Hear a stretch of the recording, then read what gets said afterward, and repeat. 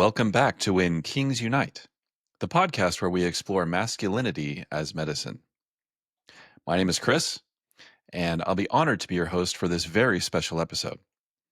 Up until now, we've talked about what masculinity can be, what the divine masculine embodies, and we've even started to bust some myths. But today, we're taking a turn. Today, we're going to pull the curtain back a bit to share our own journeys.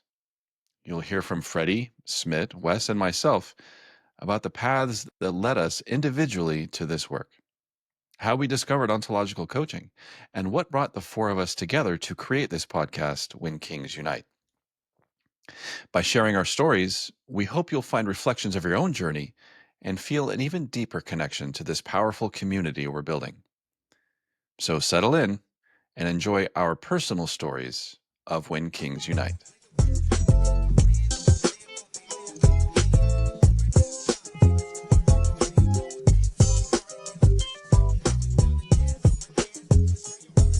All right. Kings, it is so good to see you. Welcome back into the studio. And I'm so excited to be with you here for this episode. Personally, I don't know about you, but I'm a fan of, like in the superhero franchises, the origin stories and kind of understanding how these beings kind of came to be. Like where did they come from and what's the story behind them? And so I am so excited to get to know more about your origin stories as well. I mean, we've known each other for a while now, and I think I know a little bit, but there's always some gold to be uncovered there. So I'm really excited to learn more about that. So I'll start with, I was thinking maybe we could just kind of go a little bit kind of one at a time, and whichever one of you would like to speak up first, I would love to hear more about what brought you here into men's work and into ontological coaching, and a little bit about the story behind it, and maybe there was a pivotal moment or a turning point that brought you here. Yeah, happy to share. I'll kind of tell the story of how I got to this phase of my life. Essentially was I had been pretty depressed my whole life. Was doing all the things that you learn you're supposed to. You go get a good job or whatever. For me, it was consulting, which I pretty much immediately hated, but was like, well, I guess this is adult life. I guess I'll just try to gaslight myself into being grateful for this thing. And ended up going into corporate strategy and tech, which was maybe a step in the right direction, but was essentially still that same kind of uphill battle. And eventually I kind of came across this 3-month crash course in mortality where the first real brush with death I've had as an adult, where my grandma passed away. My mom, due to the stress of caring for my grandma, was like losing vision in one eye. And even my cat at the time had to go to the emergency room. This was over the span of like 2-3 months. And so I was like, what the fuck is going on? Naturally, it raises like the questions of like, what am I on this earth to do? Like, what is life really about? And after that, I really could not bring myself to give a fuck about essentially getting people to click more ads. And yeah, ended up losing that job, which ended up being such a blessing for me because it was a reset of like, well, if I get to say how things go, if I get to choose and follow my passions and earn money from that, like what is that for me? And so I ended up going into freelance writing. From there, my life started further breaking down. Had just moved down to LA with my girlfriend of 4 years at the time.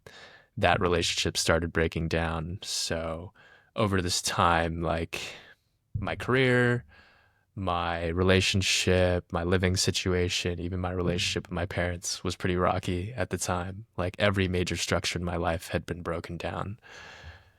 And around that time, I met my first ever life coach who actually contacted me to help her do like website copy, um, and offered me some discounted coaching as part of the deal. And she ended up being exactly who I needed at exactly the right time. And like, yeah, the biggest mind fuck for me was learning from her, like, oh, I actually already have all the answers. They're in my intuition. I just need to listen to myself and tune in to what it's telling me.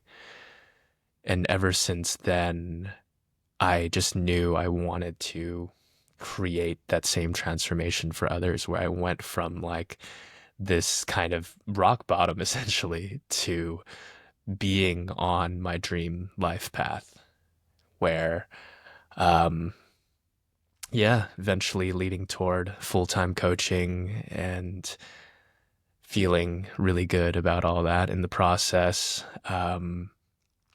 Was kind of reflecting on my relationship to masculinity and how, like, I had grown up believing that masculinity was just bad and that I had to reject it, that I had to, like, embrace only the softness and kindness and whatever else that is that you don't traditionally associate with masculinity.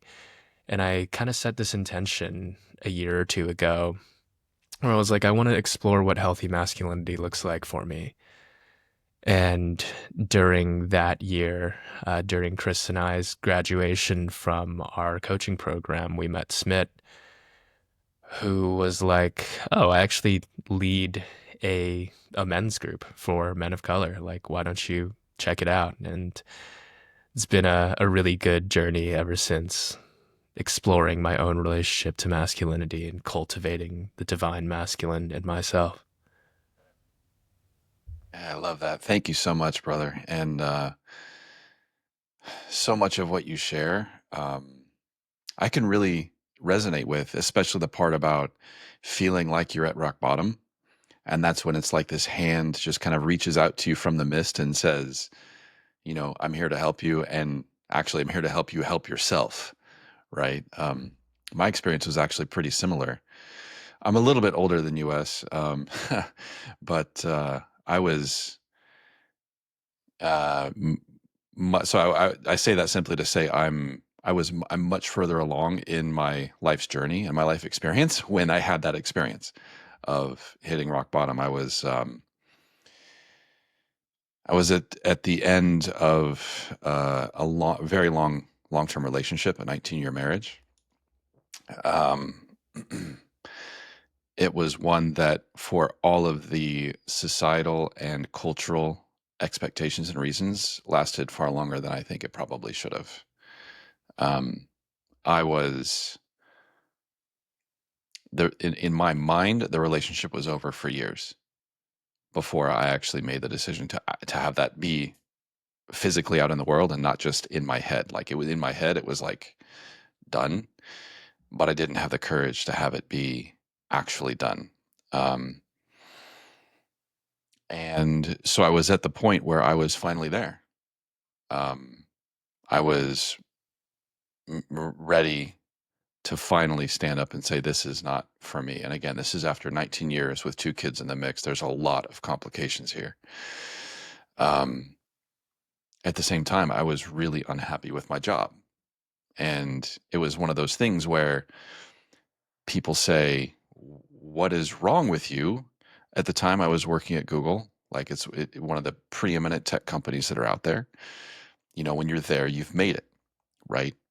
No one ever leaves this. Why would you possibly ever leave this? You're at the pinnacle. And I was so wildly unsatisfied, so unhappy. I felt directionless. I felt purposeless. Um, and it was just monotony of getting up every day and going and doing this thing, as you kind of said, Wes, just to get more clicks or to get more, ad revenue. And at the same time, the trifecta for me was I was also experiencing a crisis of spirituality. I was raised and lived for, up until then, my entire adult life in a fairly closed and insular conservative Christian faith. And I had never really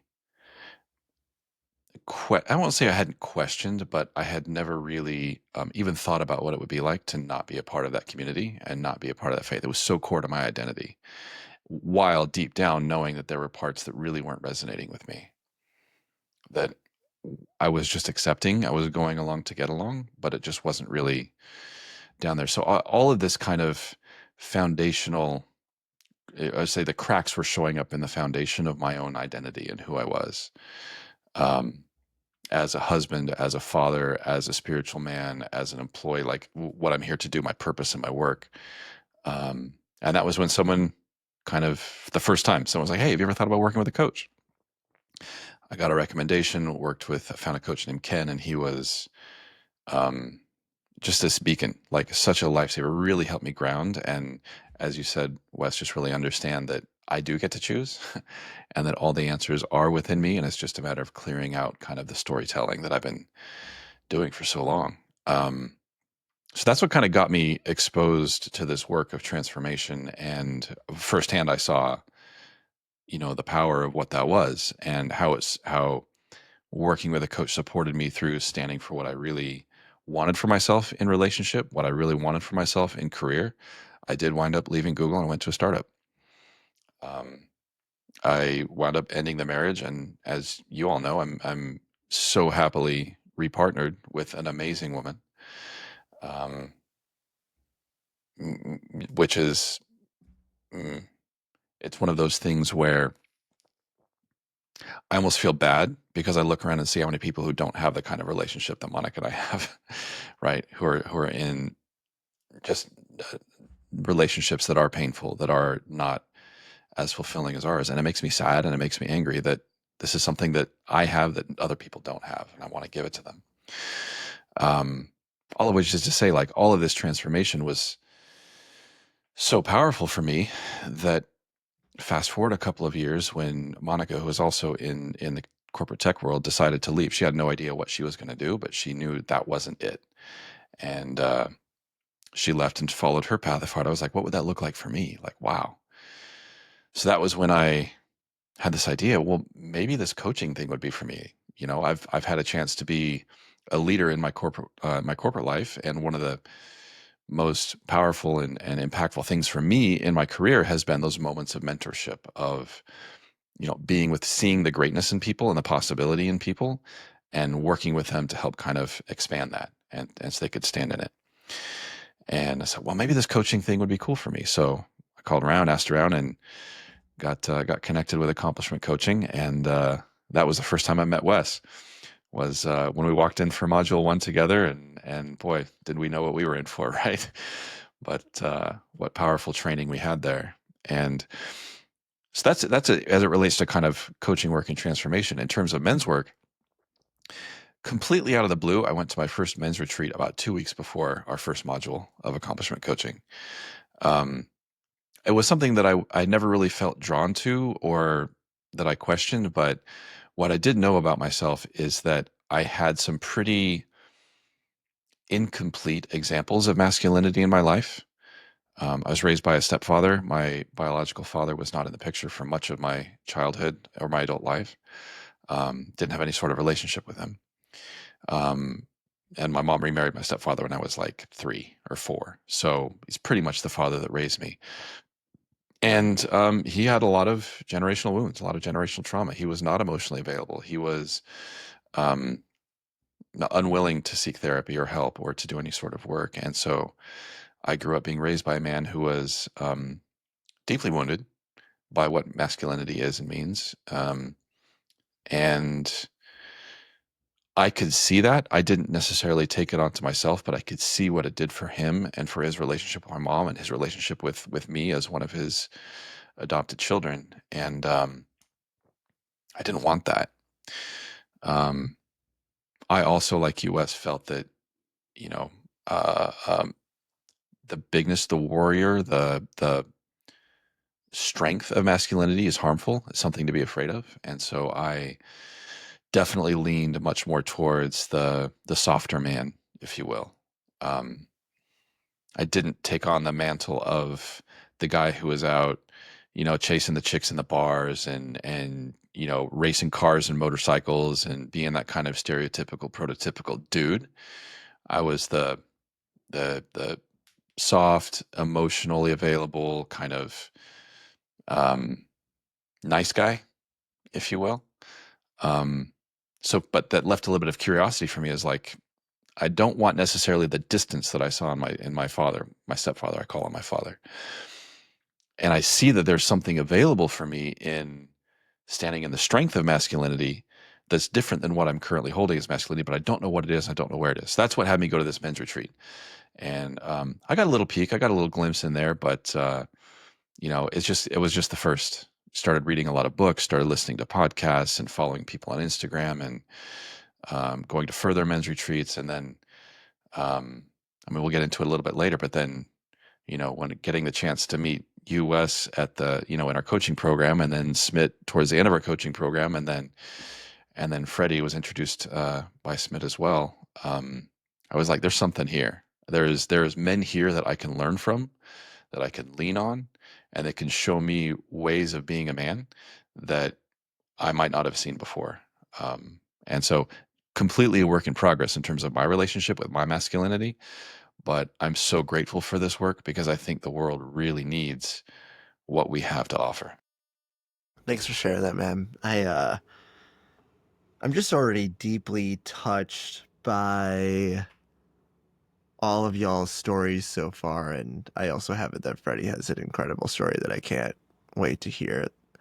And it also really gave presence for me how this journey has been for me. And I really appreciate the space to look at it. I think my normal experience is that I get to share parts of this with some people, but to be able to share it with the larger world, like I feel like the power behind it. And I'm really excited to share it. And it really actually leads into my story where like I want all of me to be loved and how it started out for me. And I think really the place to start is when I was actually 5 years old. I was probably one of the most shyest kids ever. Like I would look at somebody that wasn't my parents and I would bawl my eyes out. And in our particular family line, we have like a history of like heart disease and strokes. And so my parents really wanted me to be in like a physical endeavor really early on in my life. And we tried everything. And not only was I shy, I was picky. Like, I didn't like soccer because of the coach. I didn't like basketball because of the coach. I didn't like whatever else you could input in there because of the community or the coach coming into it. And so I had like a really hard and interesting relationship with like really anybody that was outside of my inner circle. And even as a 5 year old, I remember being really attuned to this. I'm like, this person does not feel safe for me. Like I can feel their agenda running through this like platform or game or practice. And I wasn't necessarily all about it. Not that I think it's bad, but I just remembered like, where's the space for me? And that was like the thing that I realized now that I was questioning internally. And what really changed, and this is like the last thing on my parents' list, where they wanted me to try martial arts. And I tried, like I said, everything that you could possibly imagine at that point. And I think I said no right away. And then my parents like put on an episode of Power Rangers that night. And I realized for me that was like the first time that divine intervention really came in, where I saw these Power Rangers like kicking butt, like taking names, like it was awesome. And I literally walked up to them and like they were like sitting in like their bedroom and I like kind of shook them because they were like half asleep. I was like, can I try karate? And so they were so excited and they booked me for a lesson. I ended up going to my first lesson and I was so scared shitless that I peed my pants and it was awful.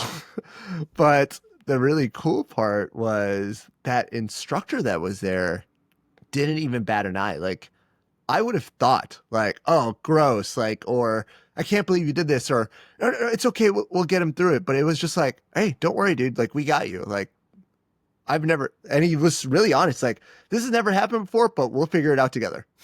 And I remember him saying that, and I was like, oh, I feel safe.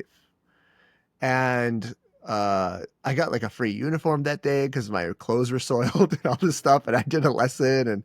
And even though I was really scared, like I ended up doing it. And it was one of the better decisions that I've made throughout my life where I really got, I really understood like the people that I needed and I carried forward with that.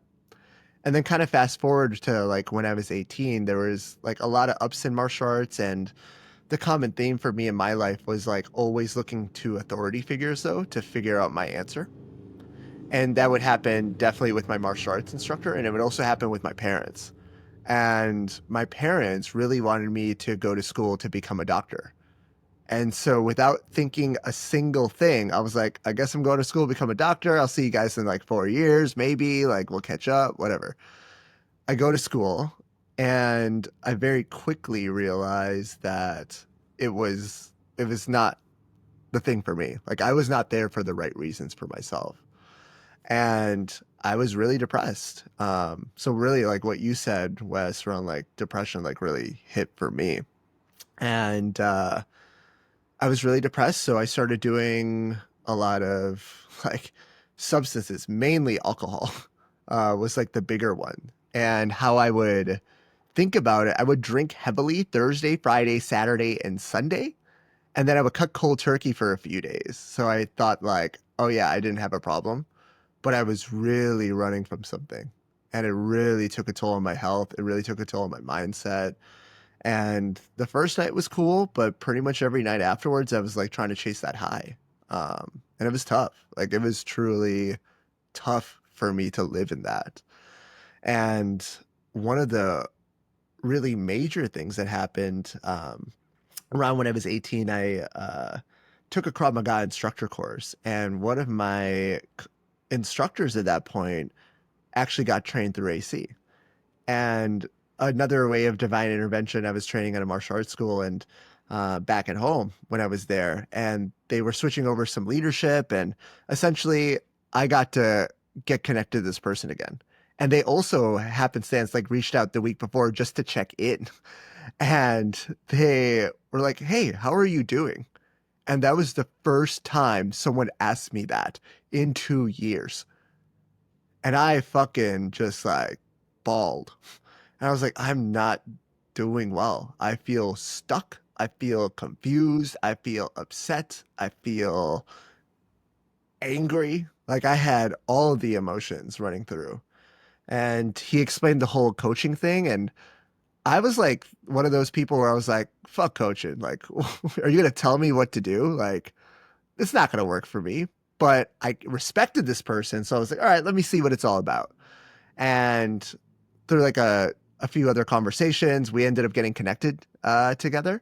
And this is the most pivotal moment in terms of at least my coaching journey. Uh, he really showed me what it's like to like live life from design and not be at effect of my circumstances, but also, and the really big thing is to like love myself through it. And I finally got a glimpse of that. And what I realized that I really wanted is not to feel this way anymore. And I was in school. And so I made the conscious decision after our coaching conversation. We planned it all out. And in the conversation, I was like, all right, I'm going to drop out of school this week. So I dropped out of school that week. And with that, like my parents were angry, everything was happening. But I, at the time, realized that I just really wanted to do martial arts. So I went back to my martial arts school. I got connected to a really great friend. His name is Joel, that owns it. And essentially, we worked it out where I could work with him pretty much wherever I wanted. It was a lower starting pay, but like the experience and the thing that we agreed upon is like great. Like if we can make it together, like we all get to reap the rewards. And I ended up making it happen. And it allowed me the opportunity to like really take a look at coaching. And Michael always was connected with me. Like he would text me, call me here and there. And he one day asked me, he's like, when are you going to become a coach? And I was like, that's not for me. Like, I can't do the thing that you did for me. And he stood for me. He saw the value in me. He's like, hey, whenever you're ready. And I was still going through some financial stuff. So he recommended me for the guest client program through AC. And I think we've shout out AC like 50 times, but that program is phenomenal. I have nothing but phenomenal things to say about it. And I was a client for a whole year getting coached by different people. And I really got to see the power of the training from like literally the first week to the year. These coaches were different human beings themselves. Their coaching ability was like astronomical. And at that point, I realized that I really wanted to become a coach. Though, speaking about coaching and hard things, like one of my favorite parts about coaches is that they'll say the hard thing with love. And during the last day of the graduation, one of my favorite coaches, shout out to Alex over here, you know who you are. And he looked at me, he's like, you know, you if you say like you want this thing, you can actually just have it. And he's like, what's actually stopping you from just having it? And I explained to him all this stuff and all the reasons that I could. And he's like, yeah, and those are perfectly valid and you can still choose something else. And he's like, also, would you like me to stand for you to choose something else? I was like, sure. And he got all the coaches on their graduation day to talk to me during their acknowledgement section, be like, you need to become a coach. And it shifted the game for me. I was like, all right, a community of people standing for me. Like, that's what I wanted. Like, that's why I started martial arts. Like, someone else saw it, a community of people saw it for me. And so I ended up, I had basically zero money in my bank account. And because I wanted it, in 4 months, I got the tuition paid up in full for the coaching program. And I became a coach, and it was just phenomenal for me. And at the same time, like, I also realized there's parts of me where, like, they're not healed yet. But the reason that I do coaching is because, like, I'm way more than just the conditioning or the mistakes that I've gotten and received and and are still working through. But I am more aligned with who I am at my core, always when I practice the work. And that's the thing that really keeps me in it. And keeps me so like excited about it and wanting to talk with it to people because like this for me, like it's gonna happen to all of us. Like it happens to all of us. Like life will life, and our because we're human, we're gonna create walls and we're gonna figure out ways to like not be aligned to who we really are. But like this work gets me back to that, and it's also started my journey around like men's work, where I started men's work because I realized that I was pretty shitty towards women. I cheated on a really good friend of mine. I was controlling. I cheated on my best friend with his wife. It was just terrible stuff that like that I'm working through and I'm seeing the light through. But also at the same time, I'm like, no one fucking taught me any of this. Like, yes, there's ownership that I'm continuously taking. And also like where can I actually work through some of this stuff? Because sometimes my darkness is pretty dark. Like I wanna like feel loved and I'll do anything to get it. And when I found some different organizations of men's work, they were so beautiful. And one of the things that happened was, I think I saw this online at some point, whereas someone told me of, they're like, yeah, if you want something, create it yourself. Like if it's not exactly how you want it.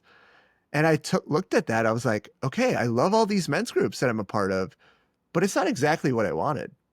And so I partnered up with my friend slash coach during the AC program that I was with, and we created a men's group together. And it's always a work in progress, but it's exactly what I want. And I think the beauty of it is like I get to see myself, other people heal. And I think the best part about what we created and how I look at leadership even is like the best leaders are also the best followers. Like they can lead from the front, but they can also sit back and like enjoy the ride and let someone else be. And like I see that from everybody there. And I see that from like the men that I'm a part of it. Like there's so much more good to say about like the coaching world. Like the people that do this work and that are committed to it, they're just different human beings.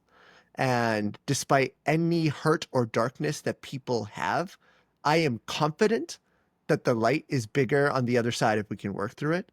And that's the thing that I want for other people and I want for myself. And I love the work, and I think it's really beautiful, always. Wow. Thank you for sharing your story, Smit. Whew. So much of what you all have shared resonates with me, and aligns with my story, and yet my story is distinct. um, I'll start by saying that I'm a creator. I know, even from a very young age, I knew that I was a creator. I love, like, nothing energized me more than creating and being creative. I remember when I was 6 years old, my grandparents put me in front of a computer. And now I was born in 1980. So this was like around 1985, 86. They got a computer and they put me in front of this computer, and I just went to town.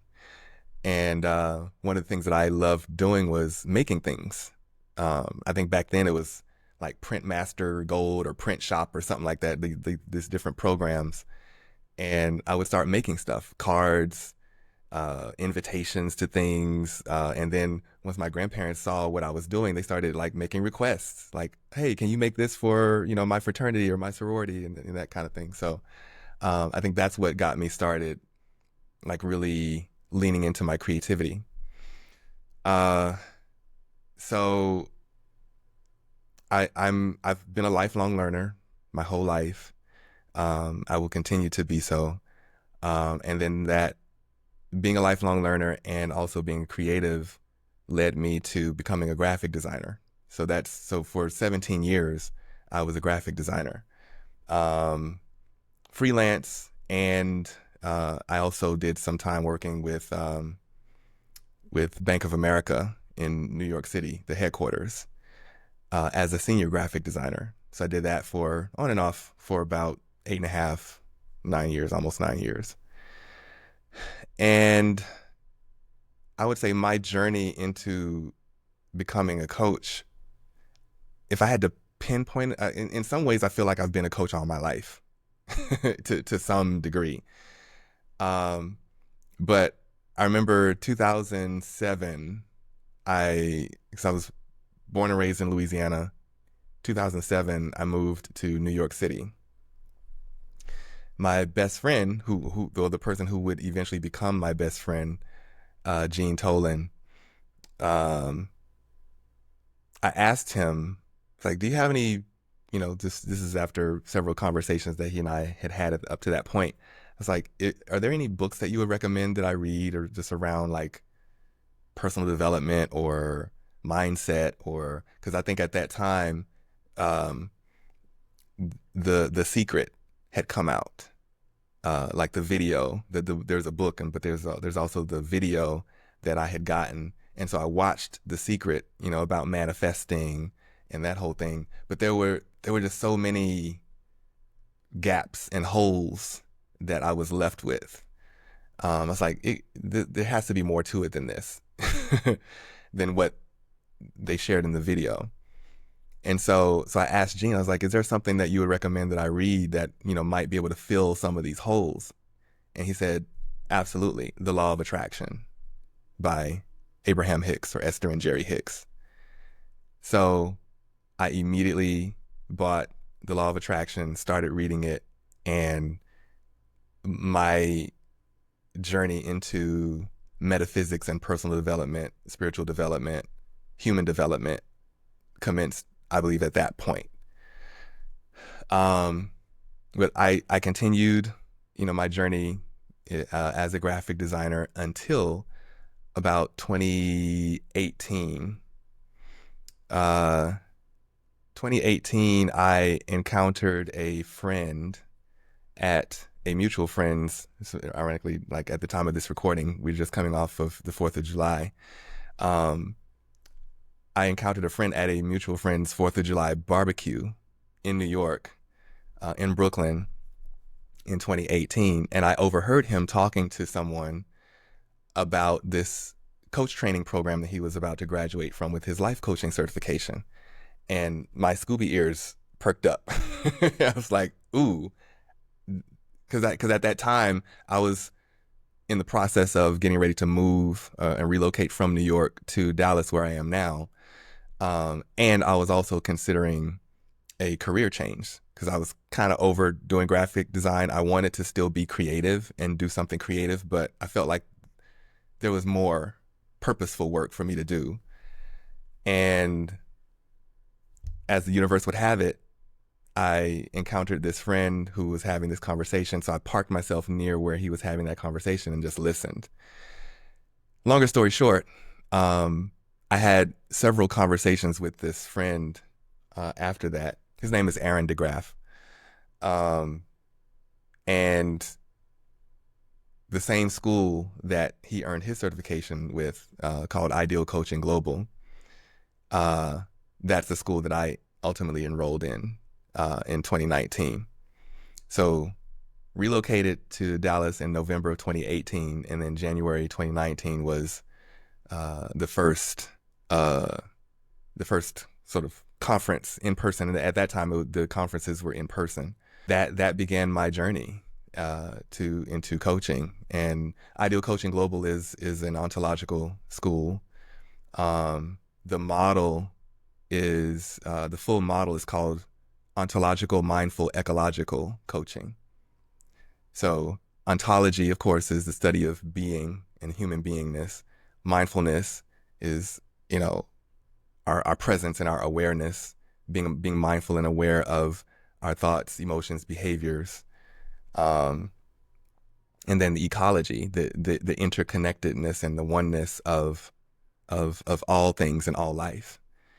And so it was this beautiful model of coaching that just really spoke to me and resonated with me and made it an easy yes for me to enroll into this particular school for my training, because I didn't want to just do like a lot of people do and just slap, hey, I'm a life coach on my Instagram page and start telling people what to do and think that's coaching. No. So yeah, that began my process. And this particular training program was 9 months.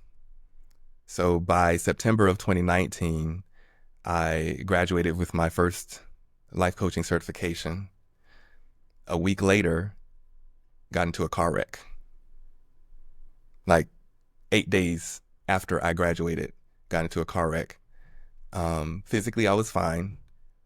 Emotionally, destroyed. And it was almost as if the universe was saying to me, okay, you got this new shiny certification. You a life coach now. You think you bad, right? You think you got it going on. Okay, let's see let's see what you got. Let's see what you're made of. And the wreck happened. And immediately went into, I call it a functioning depression. Because I was still able to function, but I was just deep in my shit. And a big part of the reason why is because I was at fault for the wreck. And it was that part that I just could not reconcile, because that was counter to who I believed myself to be as, I was the perfectionist. I was the performer, right? Up to that point, I had a spotless driving record. That story was obliterated. So longer story short, I continued to do the work through that depression, and that sort of leads into 2020, which is, of course, the pandemic started emerging at the beginning of 2020. And, at that point, I was already, sort of sequestered and quarantined because I didn't have a car.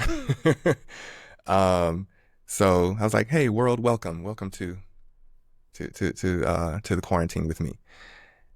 And that's where I really got to do some really amazing work because an opportunity presented itself to work with a company called Lyra Health as an emotional wellness coach. And two of my mentors from Ideal Coaching Global recommended me for a position with Lyra Health. And I applied for the position, got the position, and then started just like coaching my ass off, just like a really, really high volume of clients because I had earned my credentialing through the ICF, International Coaching Federation. And I knew that I wanted the top credential. I didn't want to settle for just the ACC or the PCC. I wanted MCC. So I fast tracked myself in that direction. So over the course of several years, I worked with Lyra Health. I worked with Better Up. I worked with Coach Hub, several of these coaching organizations. And on top of that, in 2020, at the end of 2020, I learned about a program through a school called IUPS, the International University of Professional Studies, who offers a combined master's and doctorate in professional coaching and human development. I said, where they do that at? I want that. I wanted that. Because again, that was part of my lifelong learning journey and my desire for mastery. So December 2020, I enrolled into that program. And 2 years later, I completed the program, completed my dissertation. And that sort of segues me into the men's work because my dissertation, so I'll just give the title of my dissertation and I'll say it slowly because anytime I share it with people, they always say, can you say it one more time? So the title of my dissertation is Secret Vows, Cultic Underpinnings of Performative Masculinity Among Adolescent Black American Christian Males. Now, what had me do my dissertation and my research on that topic was my own journey. And I remember I was still living in New York and I was scrolling through social media and I came across this video clip. And it was a video clip of Jane Fonda. She was doing a women's event.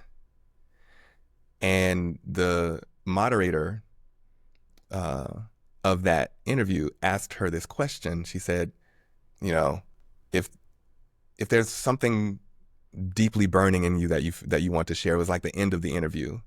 And she asked Jane Fonda, if there's something just burning inside of you that you want to share, what would that be?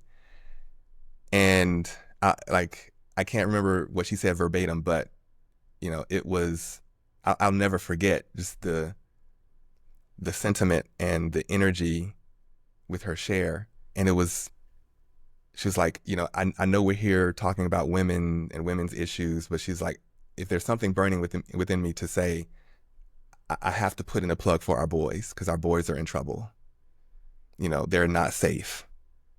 They're not emotionally safe. They're called pansies and sissies and wusses, and they don't know like how they're feeling.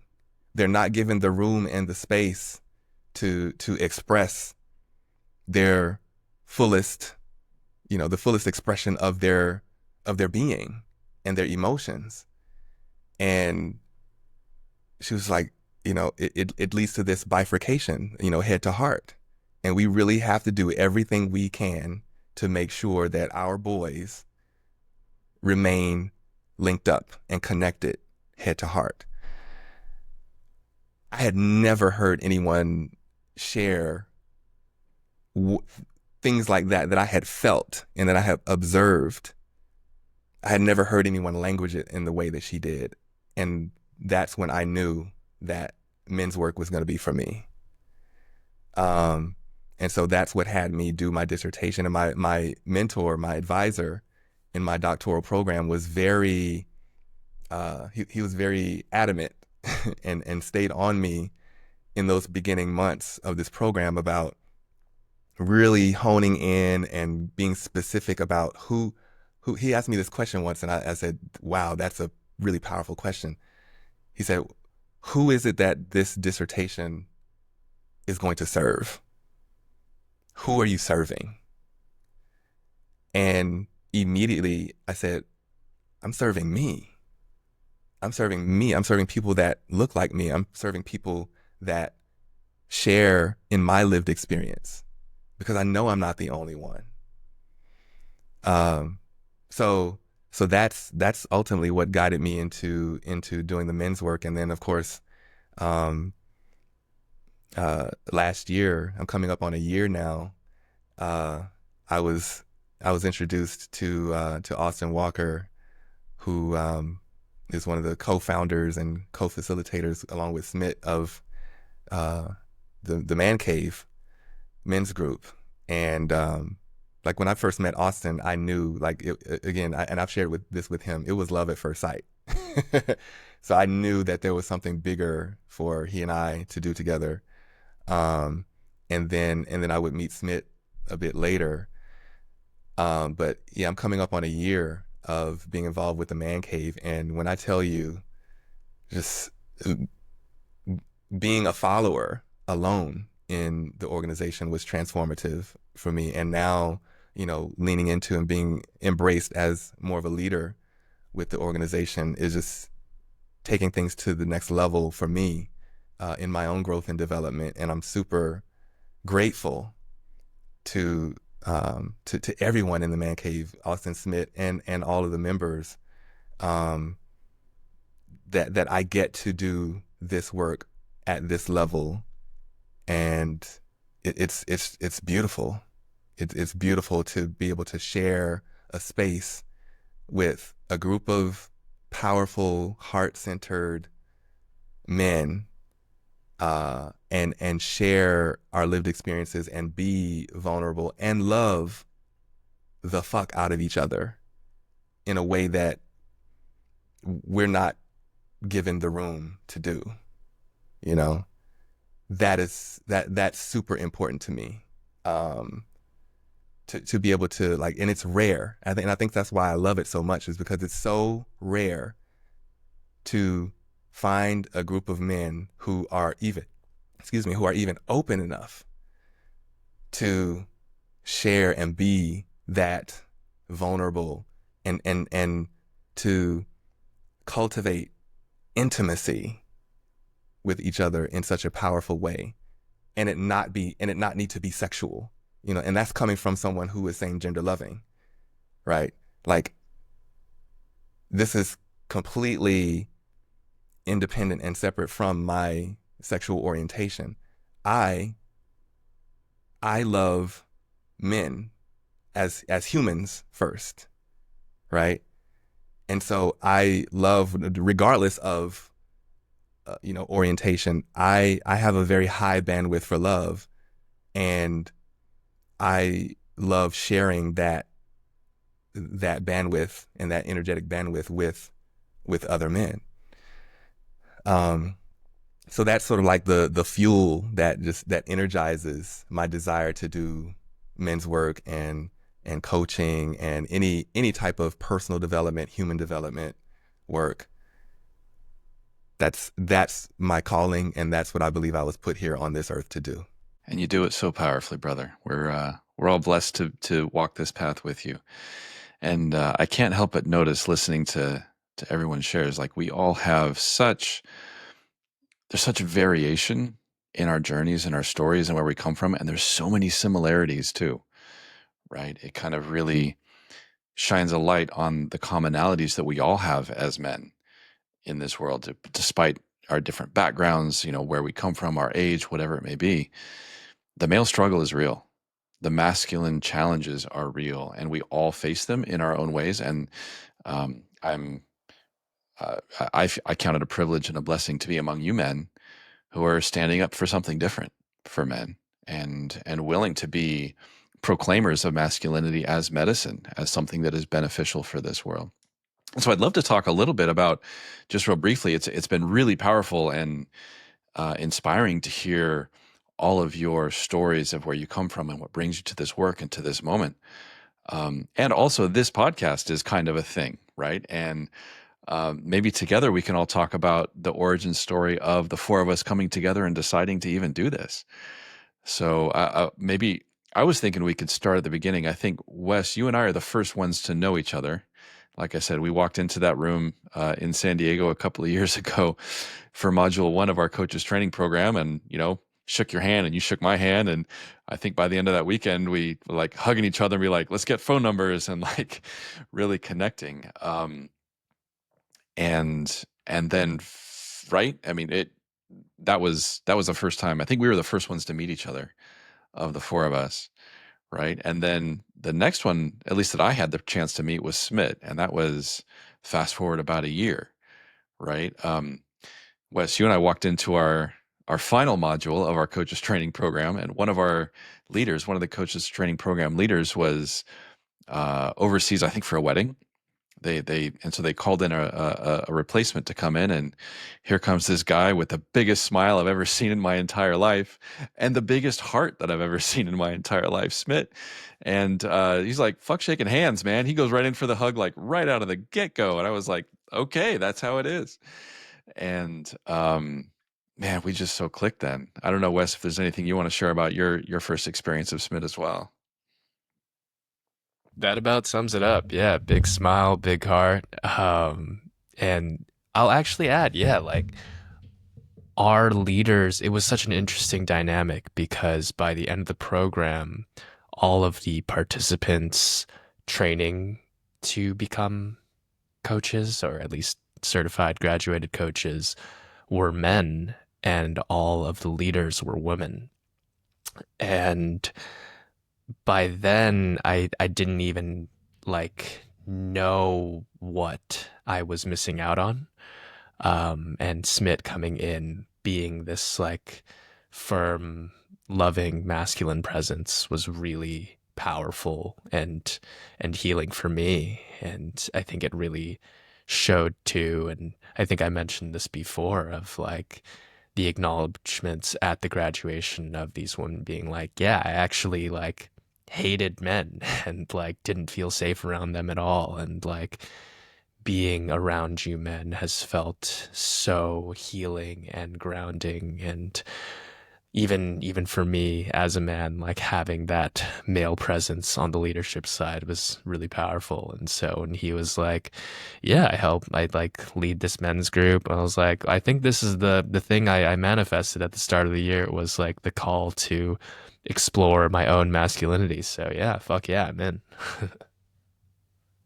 And so that's when you two got connected, right? Kept it going through the man cave? Is that what happened? Yeah, I just really recall this moment. I feel super called to share it, where I was like, we were still kind of in the midst of like really cultivating it. But the cool part was like in coaching, there's this term like we are the clearing for each other. And all the other men's groups that I was a part of, I was like, I really realized like, okay, I need the space. But I was like, who's gonna be in this space? And it was like very early infancy, and yeah, Wes was just like so open to it, which I like, as I shared in my story, some like before, it was really resistive for me to like step into this work, and he was like, "Yep, I'm in. I'll check it out." And the rest of it was like history, at least in terms of like our relationship, like every day by day, session by session, phone call, text, every single one, like just got deeper and deeper and deeper together. And I do remember though texting you, Chris, and Wes about those photos. I ended up taking my girlfriend's camera to like take some pics of the graduation. But one of the things that always sticks out to me, Chris, that I don't know if I've said to you recently was, I think I said like, "Hey, we should stay together," and you're like, "Oh, we're going to stay together." And that moment for me like really clicked. I was like, "Oh, that's a choice." And it just like really reminded me like the power of like connection in that moment. And I'm glad that we got to manifest that shit together, man. 100%. Here we are. Yeah. Yeah. And then Dr. Freddy, you got connected to Smit through Austin, right? Is that how that happened? Yeah. Yeah. Yeah. So then earlier this year, there was kind of a self-development program that was going on down in Southern California. And I was like, oh, I got to get all the men I know. So I called up Wes and I was like, hey, dude, we're going to do this thing. You in? He's like, yeah, let's go do it. I was like, oh, let's get Smit. I was like, oh, yeah, let's get Smit in there. And then I think Smit, you called on Dr. Freddy as well. So that was the first time that the four of us were actually together, was at this self-development event earlier this year. And can I share my story?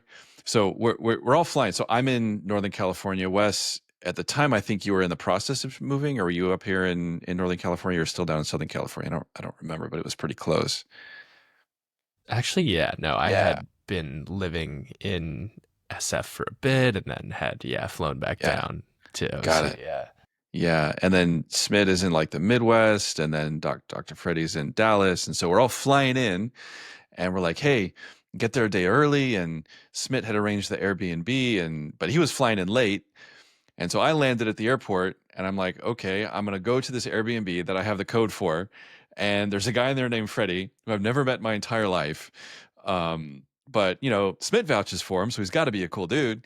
And, I come rolling up in there in my car and walk in the door, and Freddy stands up, and we look at each other like, I don't think this is a handshake situation, right? We went right in for the hug, and we talked for an hour, and it was immediately like you were saying earlier in your share, Freddie. It's like, this is a man that I know that I'm going to love for the rest of my life. He's just such an amazing human being, and we're going to be connected and part of each other's story for so long.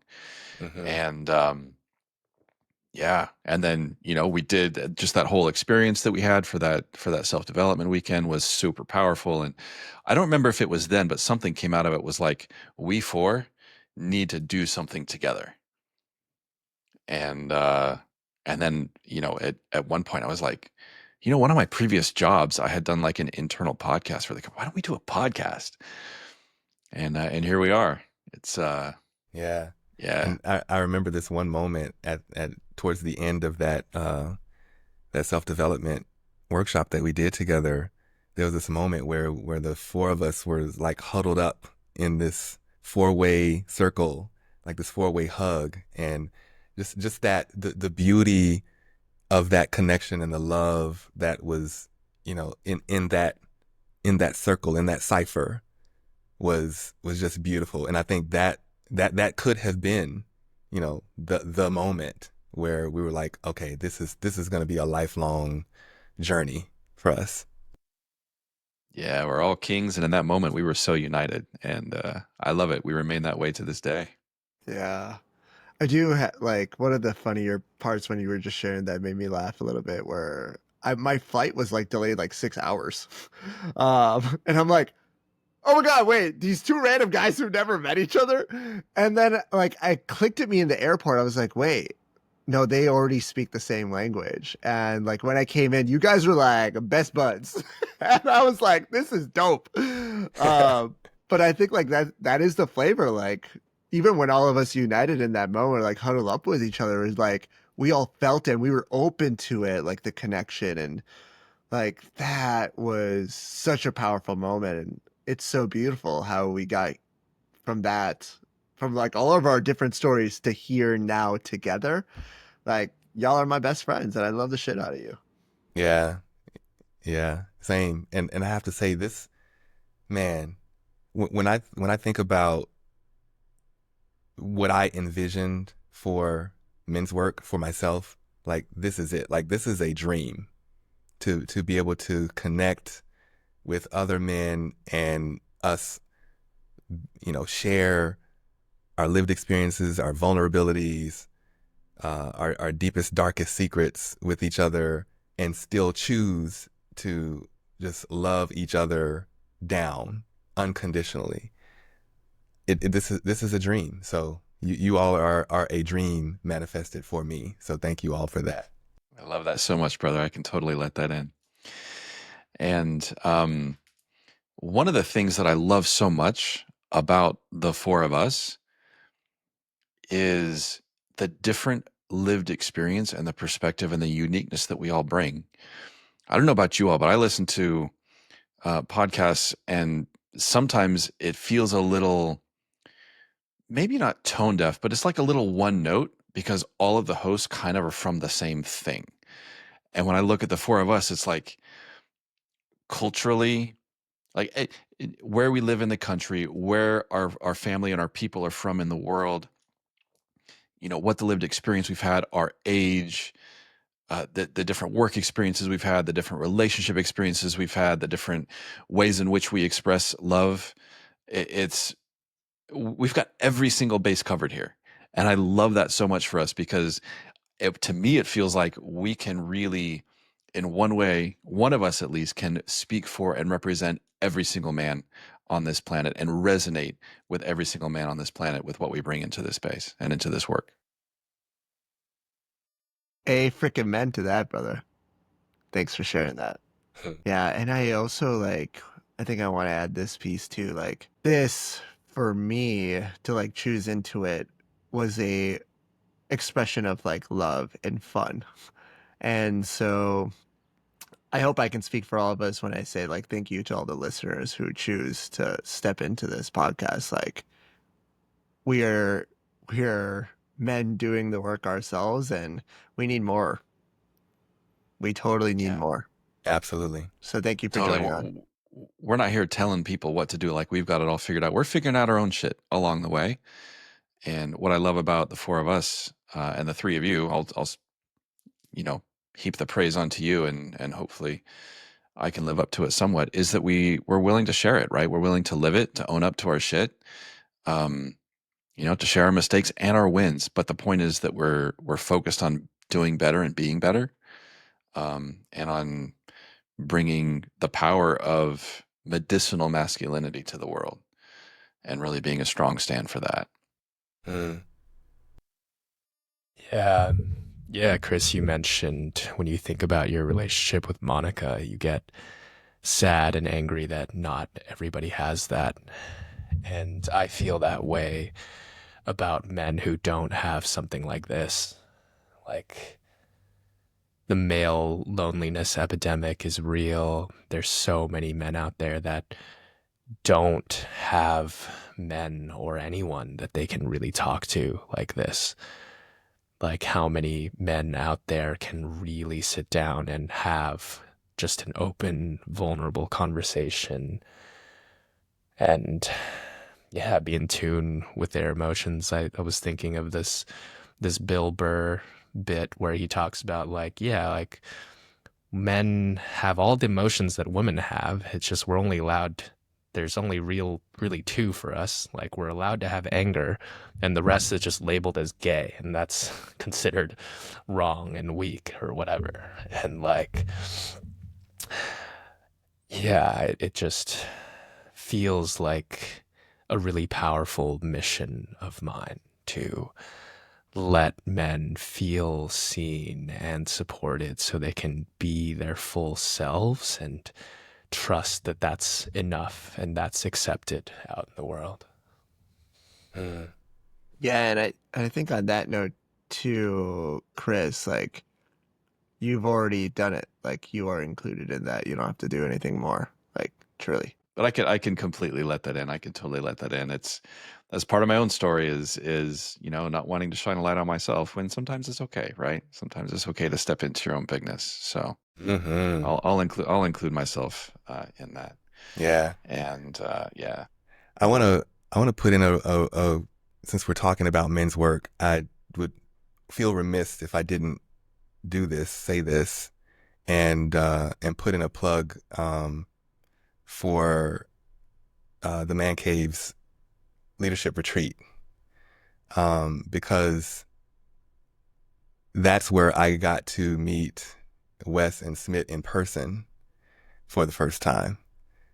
And yeah, it's great when we can, you know, connect virtually on virtual calls, and that's very I get a lot of value from that. And oh my God, when I got to actually see you and touch you and pour love into you and have you pour love into me, that's the work. And man, like just the value that I got from that, and the intention that I went into that workshop with, or that retreat, was to remember who the fuck I am. And I got exactly that through you all. And we're going in for round 2 coming up in a few months. So definitely wanted to put that, put a plug in for that, because this work is just, it's such beautiful work, and it can happen in many different forms and many different outlets and platforms. And so yeah, just wanted to put that in the space as well. Thanks so much, Doc. I love you, brother. I love you. And whether we're up on time or not, I feel called to say this now. Go for it. Yeah, really, really powerful. And thanks, Freddy, for sharing that. I also believe that, like, that was one of the most pivotal moments in my life for different reasons. And for any person that's not a quote unquote BIPOC man coming into the space, we have a bunch of recommendations. Like, feel free to reach out to any of us. Even myself, like Chris and I are going to an Alchemy of Men retreat experience. Like, there's stuff out there, like, and all you got to do is ask. Like, please, please, please reach out if you need something. Yeah, we're always here to support anyone. We'll hold space for any man who reaches out to us. It's just part of our work. It's how we show up in love in the world. And as Smit mentioned, we are a little bit up on time. So this brings us to the end of what I hope has been a deeply connecting episode of When Kings Unite.